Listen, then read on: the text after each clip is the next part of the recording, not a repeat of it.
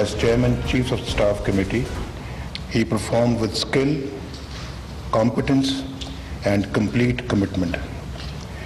He can be called a true soldier who has always held the conviction that service is its own reward and those who are called to serve do as a privilege and a sacred duty.